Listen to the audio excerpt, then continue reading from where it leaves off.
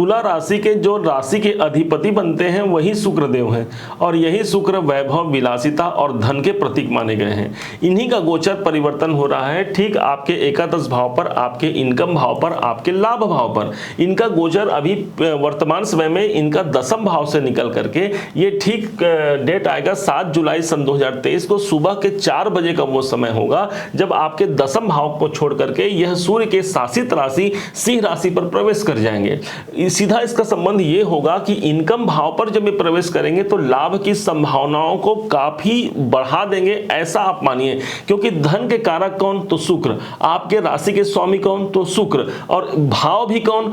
जहां पर ये प्रवेश कर रहे हैं तो वो है सूर्य की राशि में, जहां पर अभी शुक्र गए हुए हैं। इतना कोई परिवर्तन आपको इस समय पर देखने को मिलेगा क्योंकि यहीं पर ये वक्री भी हो जाएंगे। वक्री होने के साथ साथ ये इसी समय पर आपके नवम भाव पर भी इनका प्रभाव होगा जो कि आपके लाभ का भाव है। ध्यान से समझने का प्रयास करते हैं कि वास्तव में इसका गोचर परिवर्तन का क्या प्रभाव पड़ने वाला है। एक एक करके समझते हैं। 7 जुलाई सन 2023 का वो डेट होगा जब सुबह के 4 बजे यही आपके एकादश भाव पर प्रविष्ट होंगे। जैसे ही यहाँ पर ये प्रविष्ट होते हैं आप कहाँ चले गए? आप चले गए लाभ भाव पर। आपका शरीर कहाँ चला गया? क्योंकि लगन हमारा शरीर होता है, शरीर कहाँ चला गया? हमारे इनकम भाव पर। तो कहने का मतलब ये है कि हम सबसे ज्यादा प्रयासरत रहेंगे अपनी इच्छाओं को पूर्ति करने के लिए। कोई ड्रीम है, कोई डिजायर है, उन डिजायरों को यदि हम पूर्ण नहीं कर पा रहे हैं, उन सपनों को यदि हम जी तो रहे हैं परंतु उसे पूर्ण करने की संभावना नहीं बन पा रही है, तो शुक्रदेव यहां पर चले गए हैं, अर्थात आपके राशि के स्वामी चले गए हैं, तो बहुत ज्यादा संभावना है यहां पर उस कार्य के बनने की। अब यही वो लाभ का भाव हो गया और साथ में यही इच्छाओं की पूर्ति का भाव भी है। इस इच्छा पूर्ति के दृष्टिकोण से भी इसे सर्वाधिक उत्तम मानेंगे। अब ध्यान से समझिए, यही शुक्र के पास जिस राशि पर ये गए हैं ये सूर्य की राशि है। सूर्य ऑलरेडी आपके जीवन में आपके किसी प्रकार की आपकी कामनाएं हैं, उन कामनाओं को पूर्ण करने का एक दायित्व तो सूर्य के पास है। अब जब यहां पर ये शुक्र प्रविष्ट होते हैं, ऑलरेडी पहले से यहां पर मंगल देव यहां पर विराजमान है, यहां पर मंगल देव है। अब मंगल और शुक्र दोनों का कॉम्बिनेशन। मंगल कौन है भाई आपके लिए?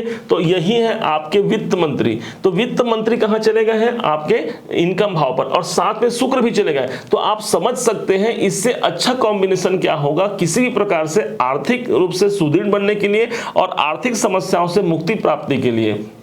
अब कुटुंब भाव के स्वामी भी यही मंगल है, तो इन दोनों का समावेश मिलना, शुक्र का समावेश मंगल के साथ मिलना कुटुंब के वातावरण को भी एक सुखद वातावरण देगा। कुटुंब में भी एक अपने परिवार में, घर में एक शांति का माहौल, और किसी के लिए आप अपने घर के सदस्य के लिए कुछ करना चाहते हैं वहां भी लाभ की प्राप्ति की एक संभावना को लेकर के यहां पर शुक्रदेव गोचर कर रहे हैं। अब ध्यान से समझिएगा, 23 जुलाई सन 2023 का वो दिन होगा जब सुबह के ठीक 6:01 पर यही शुक्रदेव आपके एकादश भाव पर ही वक्री हो जाएंगे। मतलब आपके शरीर के स्वामी वक्री हो गए, आप ये मानिए, आपके व्यक्तित्व वक्री हो गए। वक्री जैसे ही ये स्थिति में आते हैं मतलब कि आप ये समझिए कि वो फिर से उन सारी संभावनाओं को और बढ़ा देंगे जो अभी अभी हमने आपसे कहा। लाभ को बढ़ाना, आपकी इच्छाओं को बढ़ाना, कौटुंबिक सुख को बढ़ाना, इनको बढ़ाएंगे। और यही वो समय होगा जिस राशि पर ये अभी पर वक्री हुए हैं, ये सिंह की राशि है, सूर्य की राशि है और ये अग्नि तत्व की राशि है। अग्नि तत्व पर शुक्र का जाना, हालांकि आप ये समझेंगे शुक्र जब अग्नि तत्व की राशि पर जाते हैं तो बहुत अनुकूल फल तो नहीं देते। क्यों? क्योंकि सूर्य दोनों का समावेश बहुत अच्छा नहीं है, परंतु ये समझना है कि जब इनकम भाव पर जाएंगे तो इनकम की वृद्धि ही करेंगे। अब जैसे ही ये वक्री स्थिति में रहेंगे, कब तक रहेंगे? तो 7 अगस्त 2023 तक ये वक्री स्थिति में रहेंगे बता रहे हैं, और कहां पर? कर्क राशि में गोचर कर जाएंगे। तो मतलब यहां से निकल करके आपके एकादश भाव से निकल करके ये आपके दसम भाव पर गोचर करेंगे। दसम भाव पर गोचर करने के साथ ही एक कैरियर में एक अच्छा प्रभाव आप कहां रहेंगे? हम रहेंगे अपने कैरियर पे। अभी कहां थे? अभी आप इनकम भाव पे थे, अब कहां चले गए? अपने कैरियर पर। इस समय पर देखेंगे जब वक्री स्थिति में रहेंगे आपके ये शुक्राचार्य जी, तो 7 अगस्त 2023 से वक्री स्थिति में गोचर कर जाएंगे कर्क में, और ये रहेंगे 4 सितंबर तक।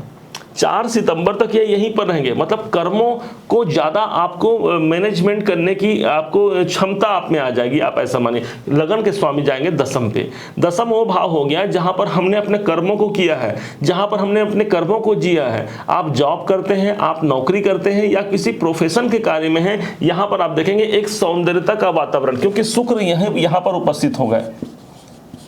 अब यही शुक्र एक भाव पीछे आ गए हैं, यहां पर उपस्थित हो गए, तो आपके कर्मों को यहां पर बनाएंगे ना। किसी प्रकार से यदि बाधा की स्थिति है तो यहां पर संवारने का प्रयास शुक्र का होता है। माना जाता है कि शुक्र जहां पर होते हैं उस भाव को ये सुंदर बनाते हैं, क्योंकि सौर मंडल में सबसे खूबसूरत यदि कोई ग्रह बनते हैं तो यही तो है शुक्राचार्य। तो आपके कर्मों को यहां सुंदर बनाने का प्रयास करेंगे। राशि किसकी होगी?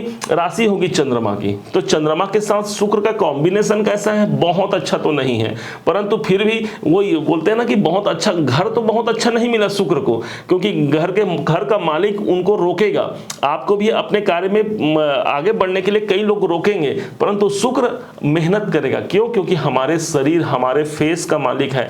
तो इस समय पर कर्म की संभावना ज्यादा बन जाती है। जो लोग सोशल मीडिया से जुड़े हैं, मेकअप आर्टिस्ट हैं, या किसी प्रकार से सौंदर्य प्रसाधन से जुड़े हुए हैं, या सौंदर्य के कार्य से जुड़े हुए हैं, या मार्केटिंग से जुड़े हुए हैं, एडवर्टाइजमेंट से जुड़े हुए हैं, उन सबको यहां पर कर्म के दृष्टिकोण से अनुकूल माना जाएगा। अब ये कब तक रहेंगे? तो ये 4 सितंबर तक यहां पर रहेंगे, फिर पुनः फिर से मार्गी हो जाएंगे। मार्गी मतलब यहीं पर होकर के मार्गी हो जाएंगे। अब जब तक ये वक्री रहेंगे, मतलब सीधा सीधा इनका प्रभाव वक्री स्थिति माना गया किसी ग्रह के की संभावनाओं में 3 गुना की वृद्धि। अच्छा करें तो भी, बुरा करें तो भी। तो आपके तो अच्छा कर रहे हैं तो 3 गुना की वृद्धि। बहुत संभावना है कि आपके कार्य वहां पर कुछ बन पाए। जो कोई भी कार्य हो सकते हैं जहां पर आपको लगता है कि वो रुकावट बनी हुई थी, आप प्रयास कीजिए इस समय पर, शायद ऊपर वाला आपका सुन ले और ग्रह की स्थिति तो अनुकूल बनी हुई है, वो कार्य सध जाए। अब जब तक ये वक्री रहेंगे 4 सितंबर तक, तब तक ये एक घर पीछे का फल देता है कोई भी ग्रह। आपने सुना होगा वक्री स्थिति मतलब कि एक घर पीछे का प्रतिफल। तो इसका मतलब आपके नवम भाव का प्रतिफल भी देंगे यही शुक्र। भाई जब लगन के स्वामी हमारे भाग्य भाव पर भी अपना रोल प्ले करेंगे, इसका मतलब भाग्य का साथ भी यहाँ पर मिलेगा कि नहीं मिलेगा? उच्चाधिकारियों का सपोर्ट मिलेगा ना, जो हमारे सीनियर है, जो हमारे बॉस हैं, उनका सपोर्ट भी यहाँ पर मिल सकता है। यहाँ पर पिता के यदि किसी प्रकार से स्वास्थ्य में समस्या है तो उनको यहां पर सफलता मिल सकता है। यदि आप हायर उच्च शिक्षा प्राप्त कर रहे हैं तो उच्च शिक्षा के लिए आप प्रयास करें। अब यही नवम भाव हमको विदेशों से भी जोड़ता है, तो इसलिए विदेश में जो कार्य कर रहे हैं उनके लिए आप ये समझिए कि दसम भाव से वक्री होकर के नवम भाव देखने से हमारे कर्मों में भाग्य का साथ हमें प्राप्त होगा, आप ये समझना है। अब पुनः 2 अक्टूबर 2023 को यही सिंह राशि में चले जाएंगे। मतलब ये आए तो यहाँ थे, पुनः फिर से अपने एक घर पीछे आगे बढ़ गए। मतलब ये जहां पर थे वहीं पर फिर से मौजूद हो गए।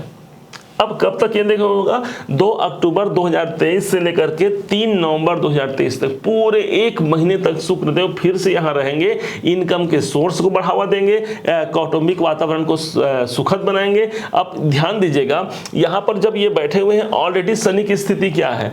तुला राशि, तुला लग्न के लिए शनि बहुत ज्यादा योग कारक होते हैं, आपको ध्यान रखना है। क्यों? क्योंकि शनि का गोचर अभी चल रहा है आपके पंचम भाव पर। पंचम भाव पर शनि धन देने के लिए बाध्य है।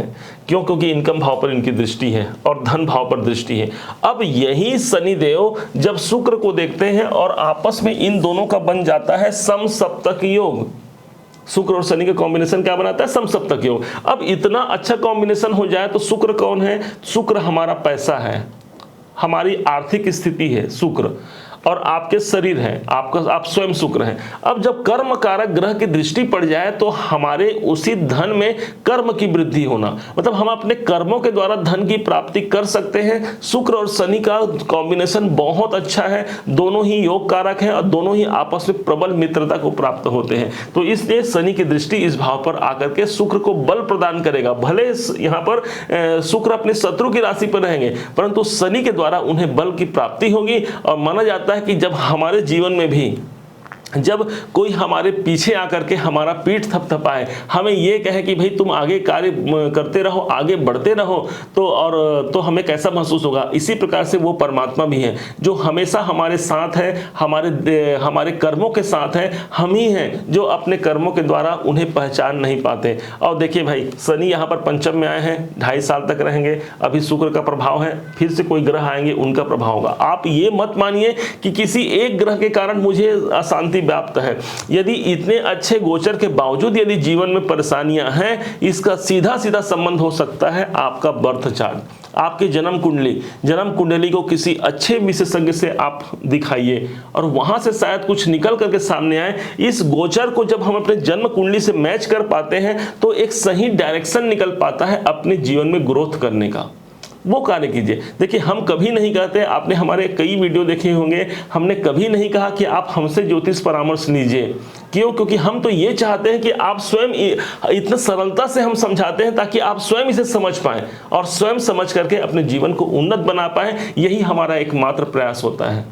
यदि आपको मेरा यह प्रयास अच्छा लगा हो, यदि मेरे समझाने का तरीका आपको सार्थक लगा हो, तो सदैव की भांति इस बार भी अपना प्यार भरा लाइक और कमेंट करना मत भूलिएगा। बहुत मोटिवेशन मिलता है हमें आपके प्यार, आपके लाइक और कमेंट से।